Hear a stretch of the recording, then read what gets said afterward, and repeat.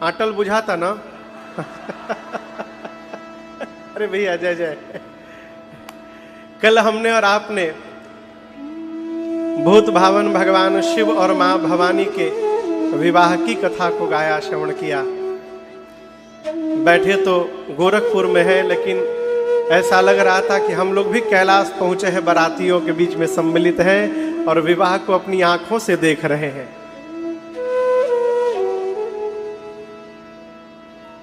कथा स्मरण करिए कल की। तीर्थराज प्रयाग में श्री भरद्वाज मुनि ने याज्ञवल्क्य मुनि से कल प्रश्न किया था और बड़ा सहज प्रश्न किया था। मुनिवर, राम कवन प्रभु पूछाऊं तो एकदम सीधा प्रश्न किया, प्रभु ये राम जी कौन है? और इसी प्रश्न के उत्तर में कल की पूरी कथा गाई गई। परंतु एक बार भी याज्ञवल्क्य मुनि ने ये नहीं बताया कि राम जी कौन है। क्या बताया? भगवान शंकर और पार्वती जी के विवाह की कथा सुना डाली।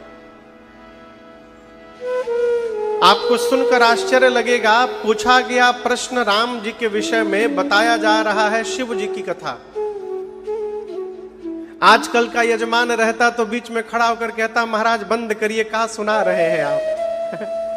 क्या पूछा गया, क्या बता रहे हैं? लेकिन भरद्वाज जी ने याज्ञवल्क्य मुनि को रोका नहीं, उतनी ही श्रद्धा और निष्ठा से कथा को सुनते रहे और मन में ये सोचते रहे कि जब ये शिव जी की कथा सुना रहे हैं तो इतना आनंद मिल रहा है, जब ये मेरे राम जी की कथा सुनाएंगे तो कितना आनंद प्राप्त होगा, इसकी कल्पना करने लगे हैं? और उनके इसी भाव दशा को देखकर याज्ञवल्क्य मुनि भरद्वाज जी को बोल पड़े, हे मुनिवर, अहो धन्य तव जन्म मुनि,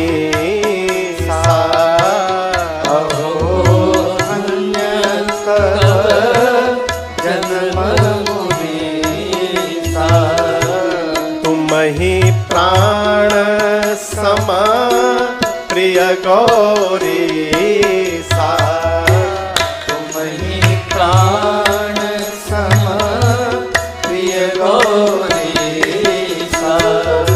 शिव पद कमल जिनहि रति नाही, शिव पद कमल जिनहि रति नाही।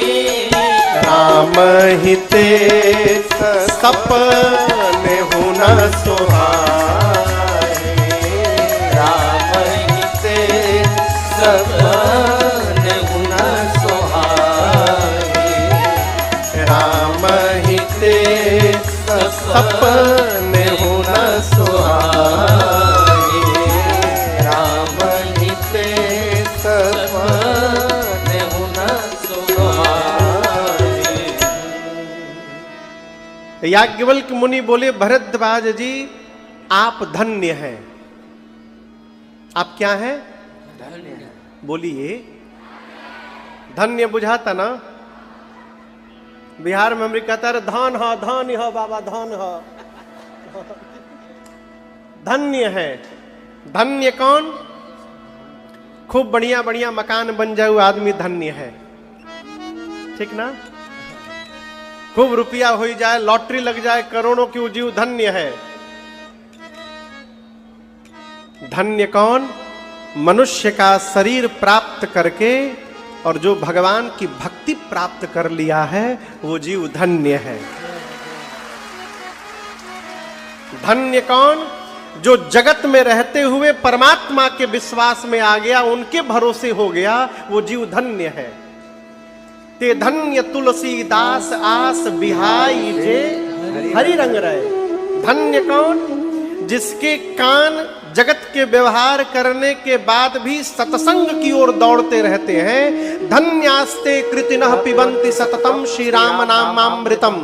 जिस मनुष्य के कान निरंतर राम नाम रूपी अमृत पीने के लिए लालायित रहते हैं, वो जीव धन्य है। ये धन्यता की परिभाषा है।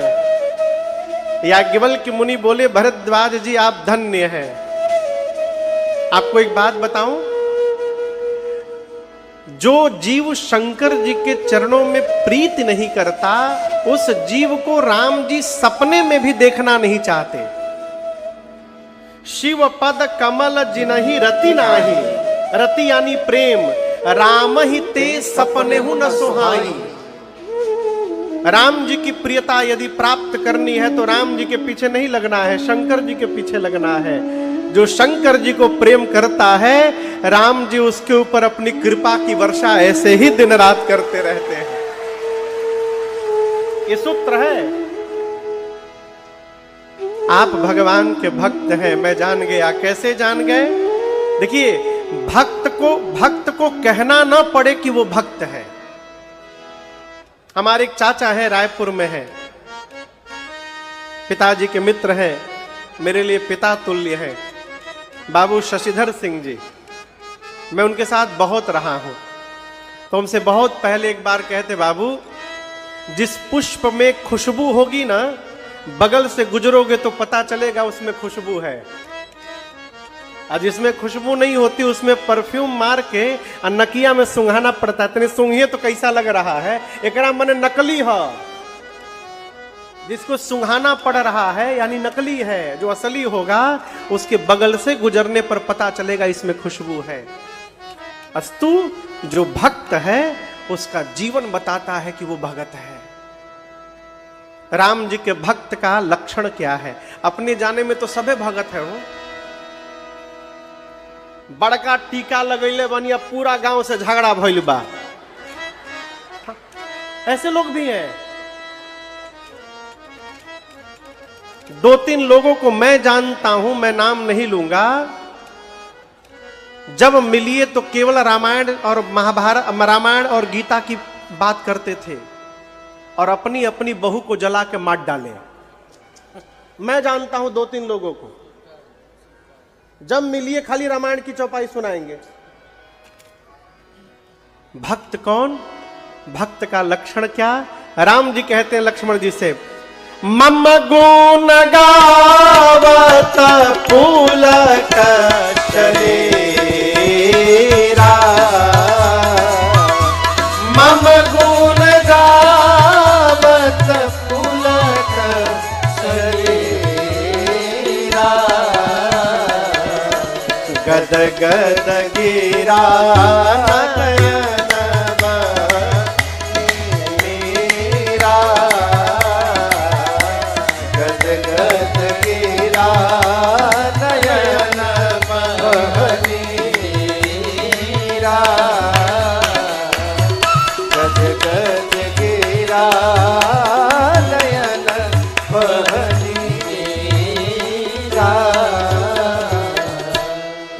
कहते हैं मेरे भक्त का लक्षण क्या है? क्या लक्षण है? हम लोग विज्ञान में जब पढ़ते थे कॉलेज में, तो जूलॉजी में आइडेंटिफाइंग कैरेक्टर पढ़ना पड़ता था स्पेसिमेन का। स्पेसिमेन ला के रख दिया जाता था, उसको देख करके आइडेंटिफाई करना पड़ता था कि ये कौन सा स्पेसिमेन है, और वो लिखना पड़ता था उसको। तो भक्त का आइडेंटिफाइंग कैरेक्टर क्या है? 2। कितने? राम जी कहते हैं, मम गुण गावत पुलक शरीरा, गद गद गिरा नयन बह नीरा, गद गद गिरा नयन बह नीरा। भगवान के भक्त का पहला लक्षण, मम गुण गावत पुलक शरीरा। भगवान का भक्त जो होगा वो जैसे भगवान की कथा गाएगा अथवा सुनना प्रारंभ करेगा, धीरे धीरे उसके शरीर के एक एक रोम पुलकित होने लगेंगे। आप दर्शन करिए, प्रभाव कहां से, सामान्य प्रभाव ऊपर से नीचे होता है। प्रवाह, क्षमा करिएगा, प्रवाह, सामान्य प्रवाह कहां से होता है? ऊपर से नीचे की ओर होता है, लेकिन भक्ति का प्रवाह नीचे से ऊपर की ओर जाता है। पहले शरीर के एक एक रोम पुलकित होंगे और ऊपर बढ़ा, गले में आया, शरीर पुलकित हो गए, अब वाणी अवरुद्ध हो जाएगी, गदगद गिरा। प्रेम की अतिशयोक्ति अवस्था में जीव बोल नहीं पाता है। जिसको आप प्राण से अधिक प्रेम करिए और वो बिना किसी सूचना के आंखों के सामने आ जाए ना हो, तो जीव किंग कर्तव्य विमूढ़ हो जाता है, कुछ बोल नहीं पाता, गद गद गिरा, वाणी अवरुद्ध हो जाती है भगवान के भक्त की। कब?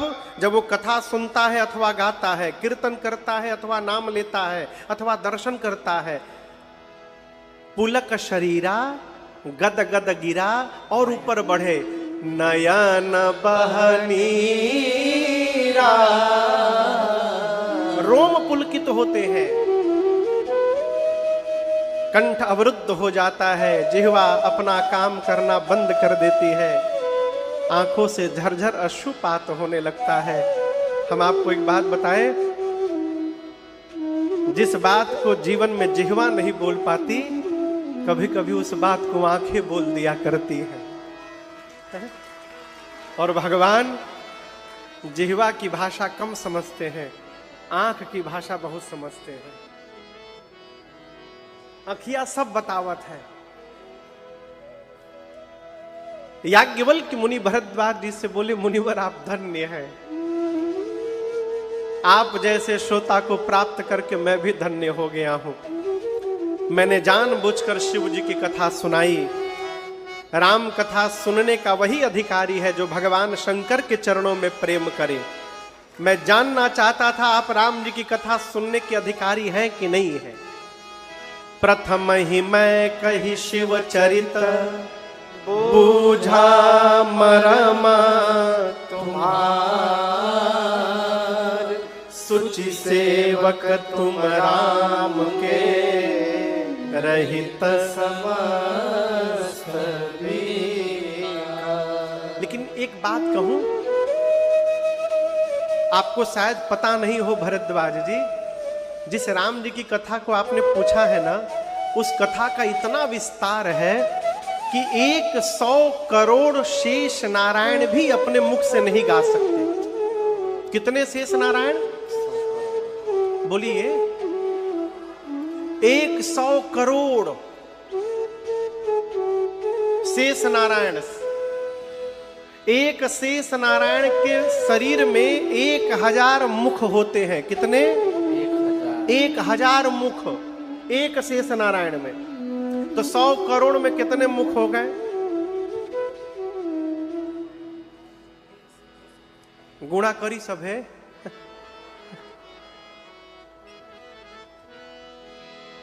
सब हम ही बताइए कितना?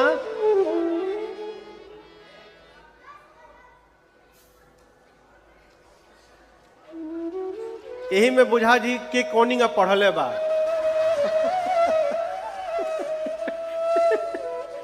देखिए 1000 में 3 शून्य होते हैं। एकदम सरल तरीका मैं बता रहा हूं। कितने शून्य होते हैं? 3। 100 करोड़ को क्या बोलते हैं? अरे तो बताइए, 100 करोड़ को 1 अरब बोलते हैं।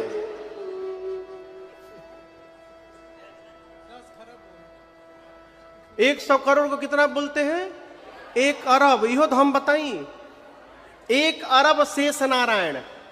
अब 3 शून्य में जोड़िए, पहला शून्य जुड़ेगा तो 1 अरब में कितना हो जाएगा? 10 अरब। दूसरा का शून्य जुड़ेगा कितना हो जाएगा? 1 खरब। और तीसरा का शून्य जुड़ेगा कितना होगा? 10 खरब। कितना मुख हो गया? 10 खरब।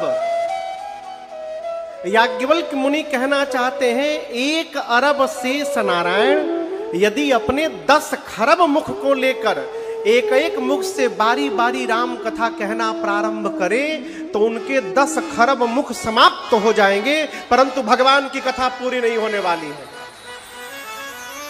इतना विस्तार है कथा का। वही कथा अब मैं सुनाने जा रहा हूं। भरद्वाज जी बोले, एक मिनट रुकिए। 10 खरब मुख से यदि शेष नारायण नहीं गा सकते तो एक मुख से आप कैसे गाएंगे? ये मेरा प्रश्न है। जैसे भरद्वाज जी ने पूछा, याज्ञवल्क्य जी मुस्कुराए, कहे कि भरद्वाज जी यही तो सबसे बड़ा भ्रम है कि हम गा रहे हैं। देखिए, न मदन मोहन जी और कुमुद जी की क्षमता है कि वो मुख्य यजमान बन सके, न कथा करवा सके। न प्रदीप भैया की क्षमता है कि वो संयोजक बन सके, और न राजन की क्षमता है कि राम जी की कथा गा सके। हम तीनों कर नहीं रहे हैं, रघुनाथ जी की कृपा हमसे करा रही है।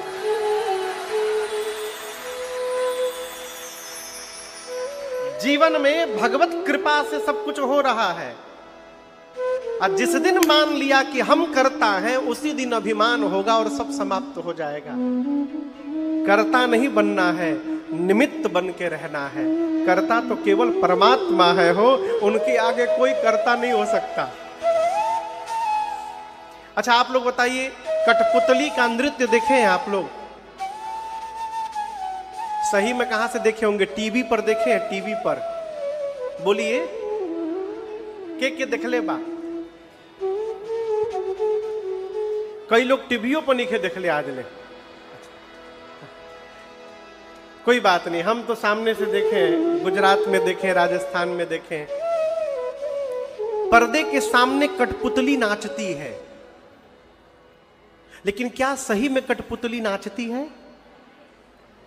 कठपुतली के शरीर के अंग में धागा बंधा रहता है, और वो धागा पर्दे के पीछे जो कठपुतली का स्वामी है नचाने वाला, उसकी उंगली में बंधा रहता है। पर्दे के सामने केवल कठपुतली दिखाई पड़ती है, नचाने वाला दिखाई नहीं देता। लेकिन पर्दे के पीछे से नचाने वाला, उसका स्वामी जैसे जैसे उंगली हिलाता है, पर्दे के सामने कठपुतली वैसे वैसे नाचती है। अब देखने वाले को क्या लगत है कि कठपुतली नाच रही है। उसी प्रकार याज्ञवल्क्य मुनि बोले कि सरस्वती जी कठपुतली हैं,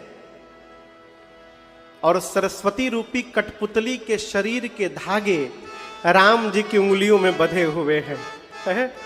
और वो राम जी जेहि पर कृपा करहि जन जानी, जेहि पर कृपा करहि जन जानी, कवि उर अजीर न चाहि बानी। जिस पर रघुनाथ जी कृपा कर दे, उस पर सरस्वती जी की कृपा हो जाती है, और वही कवि की तरह अपनी जिह्वा को नचाने लगता है, भगवान की कथा गाने लगता है। तो कौन गाने लगता है? जिसको राम जी अपना जन जाने। राम जी अपना क्या जाने? जन जाने। देखिए, हम एक बात बतावें, भगवान सबको अपना जन जानते हैं। कमी भगवान में नहीं है, कमी हमारे में है। वो तो हमको अपना मानते ही हैं, हम उनको अपना नहीं मान पा रहे हैं। भगवान अपना मान रहे हैं। देखिए, मनुष्य का शरीर प्राप्त करके जीवन में यदि सत्संग प्राप्त हो रहा है, तो समझिए भगवान आपको अपना जन मानते हैं। एक दोहा है, आज धन्य मैं धन्य अति यद्यपि सब विधिहीन। काकभुषुंडी जी गरुण जी से बोले, निज जन जानी राम मोहि संत समागम दीन। जीवन में संत का समागम प्राप्त हो, सत्संग प्राप्त हो, बिना किसी रचना के तीर्थ में जाने का अवसर मिल जाए, भगवान के मंदिर में जाने का अवसर मिल जाए, कथा में जाने का अवसर मिल जाए, बिना किसी प्लानिंग के, तो समझिए भगवान आपको अपना जन जानते हैं, और ये सौभाग्य जीवन में प्रदान कर दिए हैं। प्रसन्न मुद्रा में, परम शांत अवस्था में ऐसा लग रहा है कि शांत रस ने ही अवतार धारण करके आसन जमा लिया हो। देखिए, जीवन में शांत रहना ये बहुत बड़ी साधना है। शरीर शांत रहे बाद में, मन पहले शांत रखना है। कई लोग तो शरीर से शांत रहते हैं लेकिन मन भटक रहा है हो। और याद रखिएगा, यदि आपका मन अशांत है तो आप जीवन में कोई भी श्रेष्ठ कार्य नहीं कर पाएंगे। श्रेष्ठ कार्य, श्रेष्ठ लक्ष्य प्राप्त करने का पहला शर्त है अपने मन को पहले शांत किया जाए। जो जितना धीर होगा वो उतना अधिक गंभीर होगा और वही उतना विशाल स्वरूप प्राप्त कर पाएगा। गोस्वामी जी, भगवान शंकर बैठे हैं तो गोस्वामी जी कह रहे हैं कि ऐसा लग रहा है कि मानो धरे शरीर शांत रस जैसे। ऐसा लग रहा है कि परम शांत रस ने अवतार लेकर के आसन जमा लिया हो। ये कैसे शांत बाबा, इतने शांत कैसे हैं? इसका कारण है, जानते हैं? देखिए, आपको मैं एक प्रैक्टिकल बात बताऊं। जिस प्रकार के व्यक्ति का आप चिंतन करिएगा उस व्यक्ति का स्वभाव आपके व्यवहार में दिखाई देने लगेगा। आप 1 साल तक दुष्ट व्यक्ति का चिंतन करिए, आपके व्यवहार में भी दुष्टता आ जाएगी। आप 1 साल तक साधु का चिंतन करिए, आप भी साधुता से संपन्न हो जाइएगा। शंकर भगवान इतने शांत क्यों बैठे हैं, इसका कारण समझिए। शंकर जी दिन रात किसका नाम जपते हैं? बोलिए बोलिए। आप लोग से तेज तो बाहरवा के लोग बोला था।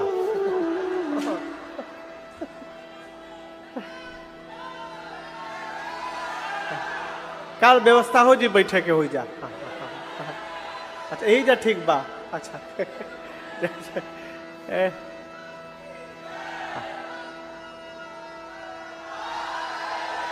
अब हम बोलनी थोड़ा। किसका स्मरण करते हैं शंकर भगवान? राम जी का। दिन रात राम राम राम राम जपते हैं। राम जी का स्वरूप कैसा है? आप में से सुंदरकांड कौन कौन पढ़ता है? बहुत लोग। अच्छी बात। सुंदरकांड के पहले श्लोक का पहला लाइन पढ़िए। शांतम शाश्वतम प्रमेय मनघम निर्वाण शांति प्रदम। क्या है राम जी का स्वरूप? क्या है? शांतम। राम जी शांत स्वरूप के हैं। शाश्वतम, राम जी शाश्वत हैं। अप्रमेयम, राम जी तुलना रहित हैं। अनघम, राम जी पाप रहित हैं। और निर्वाण शांति प्रदम, निर्वाण यानी मोक्ष, अशांति प्रदम, राम जी ही मोक्ष और शांति देने वाले हैं। तो जो राम जी शांत स्वरूप है, शांतम है, उन शांतम राम जी का स्मरण शंकर जी दिन रात करते रहते हैं, जिसके कारण भगवान शंकर भी शांत रस में वहां पर उपस्थित होकर के विराजमान हो गए हैं। ये प्रमाण है। भगवान शंकर परम शांत होकर के बैठे हैं, परम प्रसन्न।